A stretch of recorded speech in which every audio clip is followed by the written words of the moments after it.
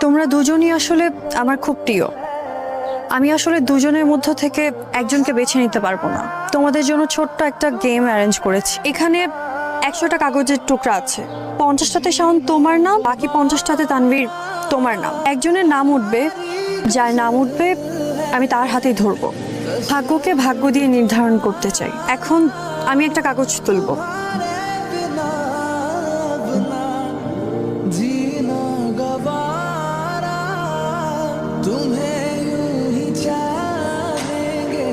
দুজনই আমাকে ভালোবাসে, তাই আমি ডিরেক্ট কারো মনেই দুঃখ দিতে চাইনি। আমি শুধু চেয়েছি আমার লাইফের পারফেক্ট মানুষটিকে খুঁজে নিতে।